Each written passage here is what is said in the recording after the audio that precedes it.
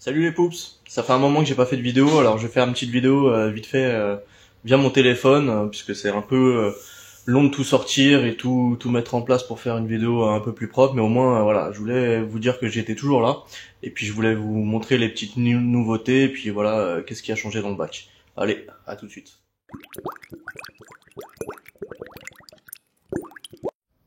Alors voilà le bac. On va voir ensemble tout ce qui est arrivé et puis ce qui a disparu. Les nouveautés, donc déjà la première nouveauté, c'est que j'ai décidé totalement d'arrêter l'écumeur, le Tunes 9012. Ça fait plus de 3 mois que j'ai pas fait de vidéo, voire 4. Depuis il tourne plus long, hein, donc voilà. Pour la simple et bonne raison que pour moi c'était trop bruyant et j'en avais marre.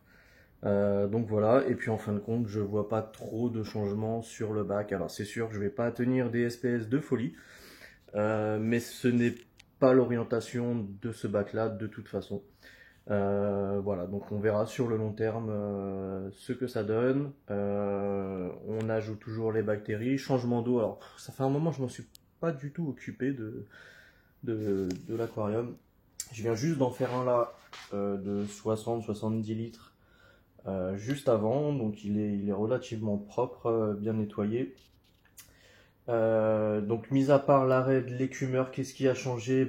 Le réacteur à algues qui est là, que je viens de vider, là il était rempli. Il fonctionne super bien, franchement la microphone c'est de la folie. Ça a complètement comment dire ah mince, excusez-moi, j'ai pas le terme, ça a complètement envahi le bac, j'avais de la microphone partout, on envoyait se balader là, partout. Le soir, voilà, on voit que ça. Donc c'est top. Et au niveau des nitrates, franchement, c'est génial quoi. J'étais parti au début, hein, si vous regardez les premières vidéos, je devais monter à 25-30 mg de nitrate. Là, je suis redescendu à, alors j'ai plus mon dernier test devant les yeux, mais je crois que je suis en dessous de 5 maintenant, donc ça a bien diminué. Je ferai d'ailleurs un petit, alors, ouais, j'ai un peu de reflet. Il faudrait que je fasse un petit test d'eau justement pour confirmer tout ça. Je le ferai peut-être ce soir ou demain.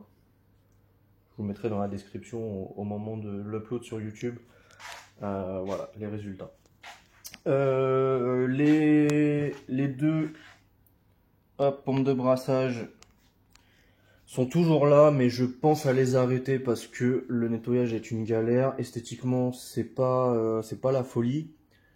Et puis, quand je vois en fait le brassage que me procure justement le réacteur à algues avec le système que j'ai fait, ainsi que le brassage de cette pompe GBAO, contrôlable par le Wi-Fi, je me tâte d'en mettre une deuxième de l'autre côté et de supprimer complètement les deux gires, voilà, qui coûtent une blinde en plus et qui sont une galère à nettoyer, une efficacité. Alors forcément, j'ai pas le bac adéquat pour les mettre en face. Je pense que ça fonctionnerait mieux comme ça, mais voilà, dans ma situation, c'était pas vraiment l'achat idéal.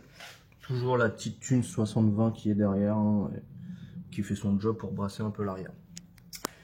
Au niveau des coraux, hop, je n'ai plus les deux Euphilia Glab, voilà, qui sont, je pense, trop compliqués à maintenir avec mon type de bac qui est maintenant sans écumeur. Par contre, j'ai remplacé par des Para-Ancora. Donc, alors, c'était une commande de coraux que j'ai fait en février. Donc, pour le coup, voilà, il est en juin. Pour l'instant, cela se développe super bien. Ah, d'ailleurs, il est certainement 19 h. J'ai eu l'ajout du Belling. Bon, il vient de se terminer. Donc oui, je disais, ces deux Euphilia Para-Ancora, voilà, que j'ai placé ici. L'idée, ça sera, voilà, c'était deux tests, voir si ça tenait mieux que les glabs. Visiblement, oui, pour le moment. Donc je compte coloniser et mettre d'autres glabs autour. Peut-être d'autres couleurs si possible, voilà, pour faire un petit jardin. Je trouve ça sympathique. En nouveauté, alors bon, j'avais de grands espoirs sur celui-là. Alors je sais pas si je l'ai pas brûlé ou faudrait que je le descende, mais depuis, bon, il a tenu quand même un mois, 2 mois. Bah là, juste en dessous du gobi, un Hydnophora rigida vert. Donc, ce n'est pas un SPS, c'est un LPS, et c'est pour ça que j'avais de grands espoirs, parce que ça ressemble fortement à un SPS, mais en ayant la faculté d'être un LPS et tout ce que ça engendre. Malgré tout, je sais pas pourquoi. Bon, après, bon, les détracteurs me diront l'écumeur et tout le tralala, bref, il s'est pas plu ici, alors peut-être trop haut et du coup un peu brûlé. À la limite, j'ai encore un peu de verre, peut-être. Il faudrait que je tente de le déplacer en bas pour essayer de le rattraper. Ce que je rappelle, ce que j'ai fait avec ce Montipora. Non, pardon, c'est pas ce Montipora, ce Seriatopora. Non, non plus. Ah Bref, je vous en mettrai dans la vidéo, qui était à moitié mort et qui maintenant se développe. On voit les polypes sortir, grandir. Alors certes, ce n'est pas la folie en termes de vitesse de croissance, mais malgré tout, il est toujours là, et avec la maintenance que j'ai, les rampes que j'ai, etc., et il est quand même là, et il grandit. Bon, peut-être que d'ici 10 ans, il touchera le plafond. Certes, il est lent à la croissance, mais il est toujours là. Pour rester sur l'Hydnophora, j'ai sa version, hop, un peu plus couchée. Alors, je sais pas c'est quoi le nom de la version, mais c'en est un également ici. Hop, je vais essayer de le zoomer, c'est pas très net, mais voilà. Il est là, et pour le coup, celui-là, il se développe, c'est une dinguerie. Il colonise le côté, et les polypes sont bien sortis, donc ça ressemble un peu, j'ai envie de dire, à un Rhodactis, voilà, ceux-là par exemple sont super bien développés. J'en ai deux, enfin c'était un seul qui s'est divisé, j'ai même un troisième bout qui est là. Hop, donc voilà, ça c'est super.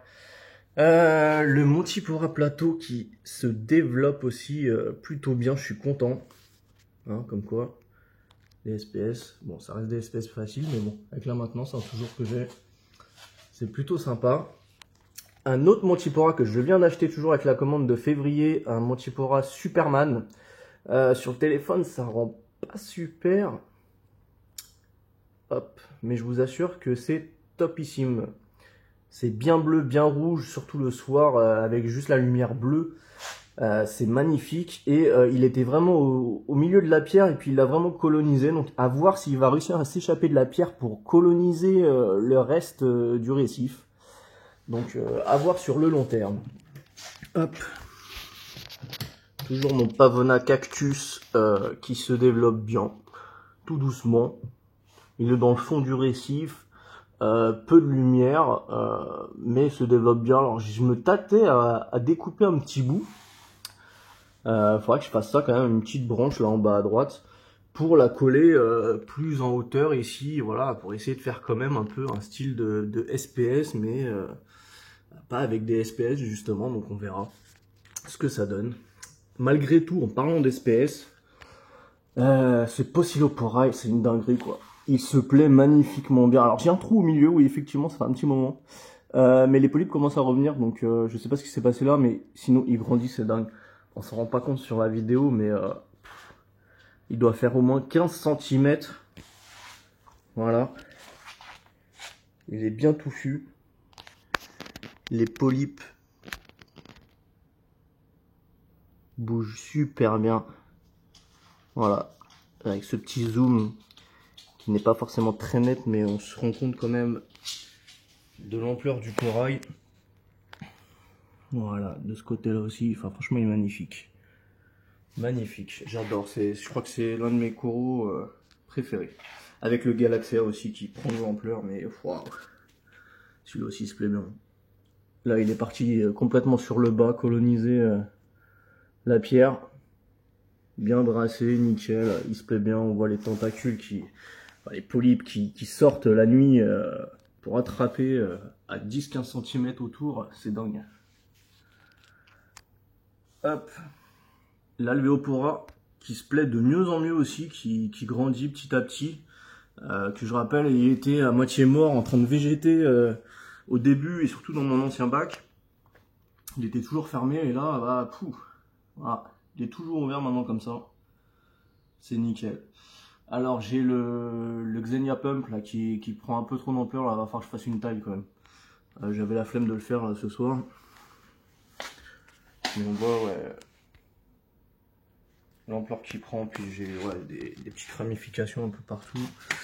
Bah, le contre-jour, c'est compliqué, les reflets, mais là ouais, hop, un peu là, j'en ai un peu ailleurs. Le Rio Cordea, hop, Florida. Ah, désolé pour les reflets, ouais, j'aurais dû m'y prendre autrement. Mais il a énormément grandi aussi. Celui-là, il était tout petit quand je l'ai eu. Et là, il est en train de se diviser. On voit d'ailleurs la collerette là au milieu qui montre la démarcation entre les deux.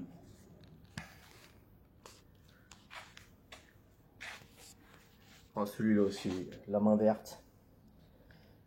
J'ai plus le nom, mais ouais, c'est magnifique. Bon, là, je l'ai caressé un peu tout à l'heure, donc il s'est refermé. Là, il est en train de se rouvrir gentiment. Et ça, je trouve ça dingue comme corail parce que tu t'en coupes un petit bout. J'avais essayé de faire ça pour voir ce que ça donnait. T'en coupes un petit bout et tu le pousses sur une pierre. Et voilà ce que ça donne. Et bah, ça repousse. C'est limite, tu pourrais en couper plein de petits bouts comme ça et tu fais plein de boutures comme ça. Et bah voilà, et c'est reparti pour un autre quoi. Puis franchement, j'adore. C'est magnifique. C'est vert fluo. Ça bouge bien. Voilà. Encore du Xenia par ici. Hop. Bon, c'est très invasif, attention Xenia à contrôler. Pour l'instant, c'est encore assez gérable, mais voilà, quand vous coupez, quand ça part sur les côtés, ouais, faire attention. Hop, alors là, c'est le Briareum, donc, et puis un peu de Pachyclavularia qui était vert fluo, qui s'est fait bouffer. Enfin voilà, il y en avait il y avait les deux sortes sur la pierre, et puis il s'est fait complètement envahir par le Briareum qui, voilà, qui est complètement ouvert là. Alors c'est moins joli que le Pachy qui est vert fluo. Voilà, ça aurait été peut-être mieux de mettre que ça. Donc ça pour l'instant ça se colonise. Alors c'est marrant parce que ça se colonise sur lui-même et ça grimpe. La pierre a été vraiment toute plate et là elle fait une épaisseur de 10-15 cm, c'est dingue. Surtout le soir, quand on regarde la pierre, du coup les polypes sont fermés et on voit le squelette. Je vais pas dire le squelette puisque justement c'est un corail mou, mais qui se grimpe dessus et du coup bah qui grossit la pierre comme ça. Donc on voit quand même des super couleurs quand il est ouvert comme ça. Après voilà, le Briareum est un peu plus terne quand même. Alors je sais pas si c'est moi qui confonds entre Briareum et le Pachyclavularia, voilà enfin voilà, le vert fluo je sais pas en fin de compte c'est lequel. Je vois les deux termes voilà, suivant les personnes. Bon bref, peu importe. Voilà, je trouve ça quand même magnifique là, il est complètement ouvert là, ce petit point de vert au milieu là, c'est magnifique. Autre corail dont je n'ai plus le nom, qui grandit malgré tout, c'est pas la folie en termes de vitesse pareil. Alors je sais plus si c'est, non c'est pas un lobo, mais bon j'ai plus le nom, j'essaierai de retrouver et le mettre dans la vidéo. Voilà, alors on le voit énormément gonfler, surtout au nourrissage. Hein. Je nourris toujours au Reef Energy AB+. Là, quand tu nourris, et surtout quand tu le fais à la target vraiment sur lui, tu vois après les polypes qui ressortent et comment il est gonflé, c'est magnifique. Donc voilà, pour ce petit tour, toujours aussi magnifique celui-là. Il grandit, c'est dingue. Oh, ça fait un moment que je suis plus dans le délire des vidéos et des noms des coraux, parce que je me souviens même plus des noms à force. Mais il est magnifique. Les Zoanthus, pareil. Les trois couleurs de Zoanthus, ça y est, celui-là, il commence vraiment à arriver sur le bas de la pierre. C'est là qu'il va falloir que je le contrôle si je veux pas que ça envahisse toute la partie gauche. Voilà, le rouge, le vert, là, il a encore un peu de marge. Puis on a un peu la fusion. Alors, je sais pas si on va le voir en haut. Ouais, c'est super. Voilà, les couleurs qui se mélangent. Celui-là, il est vraiment... il a pris une ampleur, c'est dingue. Il a tout colonisé. Petite vue du dessus, du coup. Ouais, il y a encore du boulot, il y a encore de la place.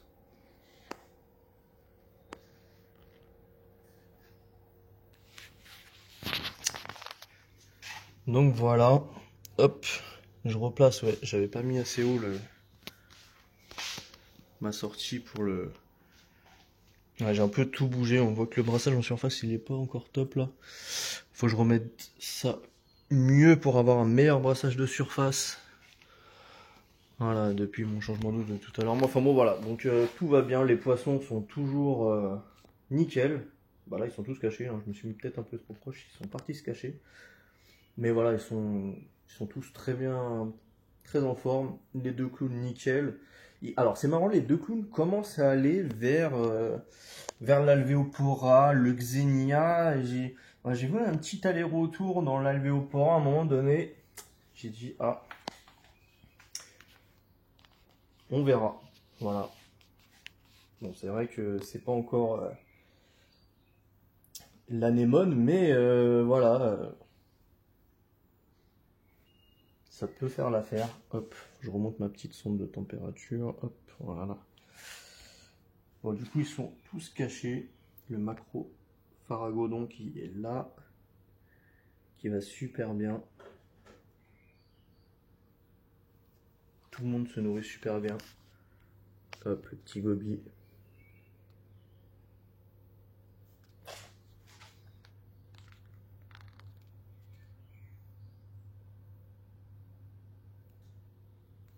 Bon, les plus grosses cachent.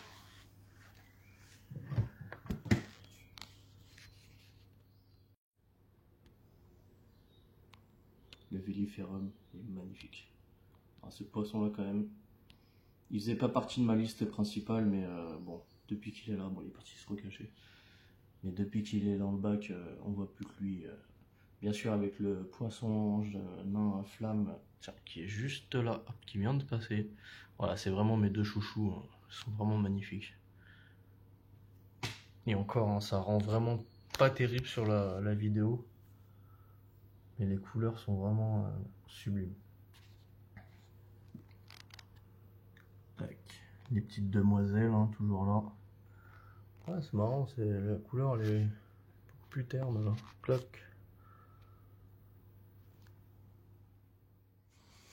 Donc voilà pour cette petite vidéo, hein, c'était juste pour vous dire que je suis toujours là, que bon c'est compliqué d'avoir du temps pour faire les vidéos, et puis bon ces derniers temps j'étais pas mal occupé, puis j'ai pas fait de nouveaux achats mis à part ces nouveaux coraux. Donc la principale nouveauté c'est bien sûr l'arrêt de l'écumeur. Donc bah, je vous dirai sur le long terme, mais je pense vraiment partir maintenant sur une maintenance beaucoup plus simple. Voilà, je me tâtais, bon après sur un futur bac, bon c'est pas pour maintenant, mais voilà de passer à beaucoup plus gros, enfin beaucoup plus haut, à un 600, 700 litres. Est-ce qu'il y aurait des comptes ou pas? Je pense que mon choix il est complètement pris maintenant. Ça sera un bac fermé, sans écumeur, peut-être refaire le même système, très certainement même du réacteur à algues. On voit d'ailleurs le résultat sur les nitrates, c'est la folie quoi. Depuis que j'ai le bac, hein, je rappelle, je tournais à 25-30 mg de nitrates, et depuis la mise en place du réacteur en un mois, ça n'a fait que de baisser. Et puis à l'heure d'aujourd'hui, voilà, je dois tourner autour de 5 mg, pas plus. Ça se trouve c'est même encore descendu. Au niveau des phosphates, c'est pareil. Alors attention, justement, au début, quand j'ai mis le réacteur à algues, pardon, je suis désolé, du coup j'ai pas sorti le matériel pour bien tenir le téléphone. Mais du coup, ouais, quand j'ai mis le réacteur à algues, ça a pas mal chuté. Alors pas forcément tout de suite, mais voilà, c'est descendu quand même très vite. Et du coup, bah, ça m'a fait un petit déséquilibre. J'ai failli avoir un peu de cyano, mais ça a été rattrapé quand même. Ça s'est rééquilibré tout seul. Toujours l'ajout de bactéries toutes les semaines, hein, tous les samedis soirs en règle générale. Du phytoplancton, du zooplancton. Et puis voilà, surtout regarder à l'œil. Moi, c'est comme ça que je procède. J'avais fait un test ICP, je crois que c'était ma dernière vidéo, c'était là-dessus justement. Et puis voilà, donc tout va bien. Aucune perte de poisson.